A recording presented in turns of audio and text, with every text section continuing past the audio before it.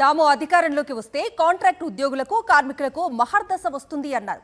మొత్తం అందరినీ పర్మనెంట్ చేస్తామని నమ్మబలికారు. పాలన చేపట్టిన తర్వాత కాంట్రాక్ట్ కార్మికులకు ఉద్యోగులకు మొండి చేయి చూపారు. చంద్రబాబు మోసపూరిత విధానాలపై కాంట్రాక్ట్ ఉద్యోగులు ఫైర్ అవుతున్నారు, పోరుబాట పట్టారు. కూటమి ప్రభుత్వం అధికారంలోకి వస్తే కాంట్రాక్ట్ కార్మికులను ఉద్యోగులను రెగ్యులరైజ్ చేస్తామని హామీ ఇచ్చిన చంద్రబాబు అన్ని హామీల్లాగే దాన్ని కూడా బుట్టదాఖలు చేశారని రాష్ట్ర వ్యాప్తంగా ఉన్న కాంట్రాక్ట్ ఎంప్లాయీస్ మండిపడుతున్నారు. ఎన్నికల ముందు కాంట్రాక్టు ఉద్యోగులను కార్మికులను ఉద్దేశించి హామీలు ఇవ్వడం, తరువాత మోసం చేయడం బాబుకు వెన్నతో పెట్టిన విద్యలాగా మారిందని కాంట్రాక్టు ఉద్యోగులు ఆవేదన చెందుతున్నారు. కాంట్రాక్టు ఉద్యోగులు న్యాయం చేసేలా వారి ఉద్యోగాలు అన్ని నియమ నిబంధనల ప్రకారం పర్మనెంట్ అయ్యేలా గత వైఎస్ జగన్మోహన్ రెడ్డి నిర్ణయం తీసుకుని జీవో విడుదల చేశారు. దాన్ని అమలు చేయాల్సిన బాధ్యత కూటమి ప్రభుత్వంపై ఉందని కాంట్రాక్టు ఉద్యోగులు డిమాండ్ చేస్తున్నారు.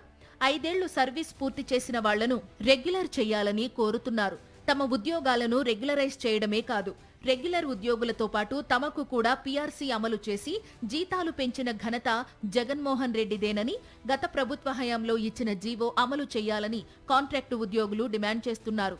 ఆ మేరకు వారు పోరుబాట పడుతున్నారు. ఇప్పటికే దీనికి సంబంధించిన కార్యాచరణను ప్రకటించారు.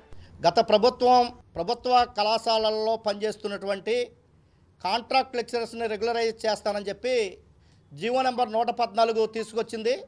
ఆ సందర్భంలోనే ఎన్నికల కోడ్ రావటం వల్ల అది ఇంప్లిమెంటేషన్ అవ్వలేదు.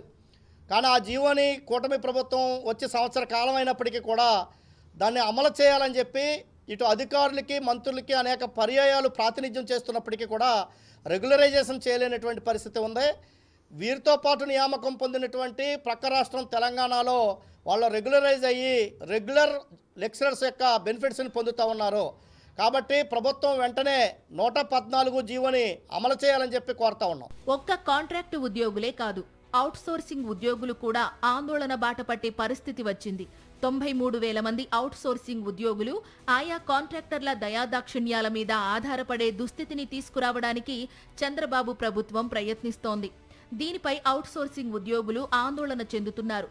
చంద్రబాబు వెంటనే తన హామీలను నిలబెట్టుకోవాలని, లేదంటే తమ సత్తా చాటుతామని వివిధ విభాగాలకు చెందిన వేలాది మంది కాంట్రాక్ట్ అవుట్ సోర్సింగ్ ఉద్యోగులు కార్మికులు హెచ్చరిస్తున్నారు.